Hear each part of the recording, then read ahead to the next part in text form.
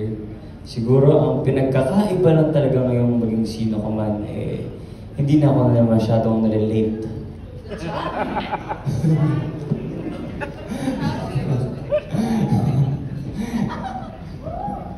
Diba? So, yun. Ikaw ba? Yung discovery mo sa akin, hindi sa'yo. Hindi kasi correlated yun. Alam mo bakit? Kasi, nagagalit siya kasi kapag na-relate ako ng konti. So, syempre, ay, naku, magagalit na naman to sa akin.